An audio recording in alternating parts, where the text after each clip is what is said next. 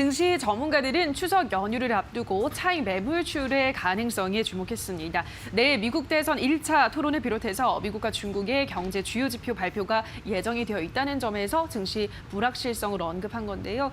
다만 일단 오늘은 상승하고 있고 추석 전은 이제 하루 남았기 때문에 추석 연휴 이후가 중요할 것 같습니다. 이후로는 전문가님 다시 한번 우리 증시가 이전에 그랬던 것처럼 상승 탄력을 받을 것인지 전문가님은 어떻게 전망하세요? 어떻게 보면은 이제 뭐 지금 현재 나오는 악재들이 뭐 그 어떤 증시에 미친 영향이 크다는 것보다도 제가 봤을 때는 호재가 없는 거예요.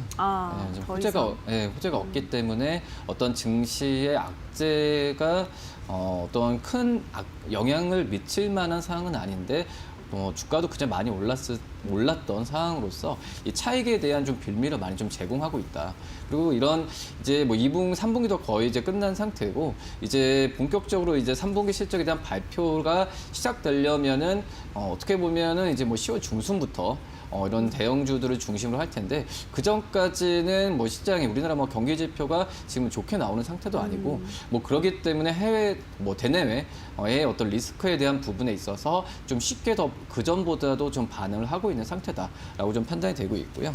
뭐 하지만 제가 봤을 때는 어떤 이 주가도 지난주에 많이 떨어졌지만 뭐 주위에서도 봤을 때 과매도이지 않냐, 너무 좀 심하게 매도폭이 크지 않냐라고 좀 판단을 많이 하시는 경우가, 왜냐하면 우리나라의 어떤 금융 정책이나 뭐 이런 부분은 크게 좀 달라진 건 없거든요. 그렇기 때문에 단순 차익 실현에 대한 시장에서 과매도에 대한 부분은 어느 정도 일정 부분 맞다라고 좀 생각이 되고 있고, 뭐 하지만 말씀드렸듯이 호재가 없는 상황에서 이제 대외적인 어떤 리스크에 대한 부분에 있어서 시장이 좀 반응은 계속 갈 가능성이 있다라고 좀 생각이 되고 있고, 말씀하셨듯이 뭐 TV에 미국 정치적인 상황이 있는데 지금 중요한 부분이 미국의 어떤 정치적인 상황 때문에 미국 자체 내에서도 이 금융 정책을 결정하기가 굉장히 좀 딜레이가 좀 되고 있는 상황이거든요. 사실 뭐 다 필요 없죠. 뭐 저희 같이 이제 주식에 대한 입장에서 봤을 때는 금융 정책이 어떻게 어디 출처에서 나오든 빨리 나와서 시장에 대해서 유동성을 좀 강화하는 방안이 제 1차적인 우선이거든요. 근데 그런 상태에서 어떤 이 금융 정책의 결정이 계속 딜레이되는 부분 같은 경우가 뭐 시장을 좀 이끌 수 있을 만한 환경이 좀 대안되지 않나 판단되고요. 말씀드렸다시피 우리나라 같은 경우는 추석 끝나고도 큰 이벤트가 없어요. 제가 봤을 때는 이 실적 발표가 중요하다고 볼 수 있겠는데, 뭐 2분기 때 뭐 실적을 주도했던 부분이 뭐 IT, 음식료 이런 종목들을 본다고 한다면 그나마 좀 3분기 때가 좀 기대되는 부분이 뭐 IT도 그렇지만 자동차, 그다음에 철강, 화학 같은 경우에도 기저 효과가 발휘할 수가 있거든요.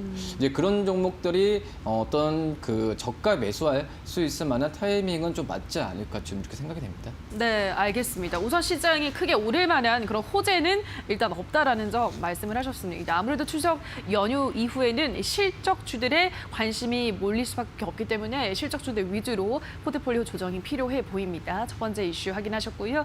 자, 이어서 두 번째 이슈 들어가 보도록 하겠습니다. 셀트리온 그룹이 셀트리온 3사 합병을 공식화했습니다. 서정진 회장이 보유한 셀트리온 헬스케어의 주식을 현물 출자해서 새로 설립한 셀트리온 헬스케어 홀딩스와 기존 셀트리온 최대 주주인 셀트리온 홀딩스를 내년 말까지 합병한다는 계획을 밝혔습니다. 이 과정에서 3사의 합병 작업도 같이 진행한다라는 계획을 내놨습니다. 이 오늘 세 종목 모두 다 잘 올라가고 있습니다. 특히 그중에서 제약 쪽이 강합니다. 셀트리온 3사 합병 전문가님 어떻게 보시나요, 이 이슈에 대해서?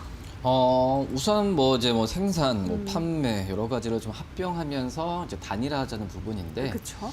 뭐 어차피 뭐 세 개의 기업이 갖고 있는 그런 사업 부분을 통합한다는 점에서 봤을 때는 실제 뭐 기업 가치가 뭐 새로운 사업 분야가 추가된 건 아니잖아요. 그렇죠. 뭐 그런 상태에서 어떤 상승에 대한 기업 가치가 변한 부분은 아닌데, 결론은 그겁니다. 어떤 이 세계 3사에 대한 부분을 합병을 하면서 이 구조적인 비용을 절감할 수 있다라는 부분이라고 좀 볼 수 있겠고요. 그렇다고 이제 뭐 셀트리온이 어떤 제약바이오에서 어떤 대장주이기 때문에 전체적인 제약바이오 업종한테는 투자 심리가 긍정적으로 갈 부분이 있는 현재 이런 결정이라고 볼 수 있겠고, 뭐 그러기 때문에 어떤 이제 지배 구조가 단순화되니까 투자자들이나 어떤 그 그 전에 사업 부분이 사업 부분에 대해서 좀 슬림하는 점에서 봤을 때는 분명히 봤을 때는 셀트리온 쪽에서의 호재는 분명히 맞다. 그리고 향후에 어떤 이런 새로운 사업 추가 부분에 있어서 이 3사를 뭐 따로따로 관리하는 부분이 아니라 합쳐서 하는 점에서 봤을 때는 분명히 어떤 효율적인 면에서는 분명히 효과가 있다라고 좀 생각이 네. 되고 있습니다. 뭐 그러기 때문에 지금 현재 이 세 개 기업들이 어떤 사업 부분이 아니라 또 합산을 했을 때 시장에 미치는 영향, 말씀드렸듯이 제약바이오 대장주기도 하고 합치게 된다고 하면 시가총액 3위까지 올라가거든요. 예, 그렇기 때문에 뭐 이런 부분은 좀 센세이셔널한 어떤 제약바이오 업종의 투자심 전체를 좋게 할 수 있을 만한 그런 부분이지 않나 좀 이렇게 판단됩니다. 네, 알겠습니다. 일단은 뭐 3사가 합병하게 된다면 효율성 측면에서 굉장히 개선이 되는 것이기 때문에 제약바이오주 전반적으로도 긍정적인 영향을 미칠 것이다. 투자 심리에 좋은 영향을 끼칠 것이다라는 의견을 전달해드렸습니다. 자, 이제 마지막 이슈로도 넘어가 보도록 하겠습니다.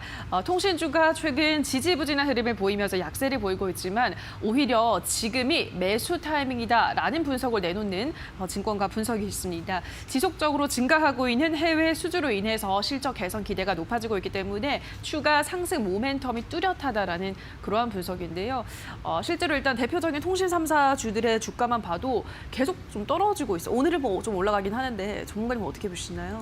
네, 뭐 통신 3사들 같은 경우가 지금 봤을 때도 이 3분기 실적에 대한 기대감이 여타 뭐 다른 업종 대비해서 굉장히 높다. 예. 제가 초반에 이제 뭐 IT, 자동차 뭐 이런 종목들을 봐야 된다고 했지만 제가 통신 업종을 따로 말씀드리려고 뺐거든요. 이 통신 업종도 같은 경우에도 뭐 SK텔레콤의 3분기 영업이익이 한 3,440억, 그리고 KT 같은 경우에도 3,330억 정도 이상의 영업이익이 되는 그런 평가고, 특히 이제 LG유플러스 같은 경우에도 2,250억 정도 예상이 되면서 이 작년 대비해서 44%까지 지금 뭐 증가하는 추정치가 좀 나와주고 있습니다. 하지만 뭐 이렇게 좀 떨어지는 뭐 이유 같은 경우가 제가 봤을 때는 이제 통신 업종이 어떤 종목들 많지는 않잖아요. 그쵸. 대표적 3사이기 때문에 그 전에 이 종목들에 대한 부분에서 개별적인 이슈로 주가가 변동성이 좀 있었기 때문에 어떤 통신 업체를 전체적으로 아우르는 그런 모멘텀이 많이 부족했던 게 사실이다라고 볼 수 있겠고요.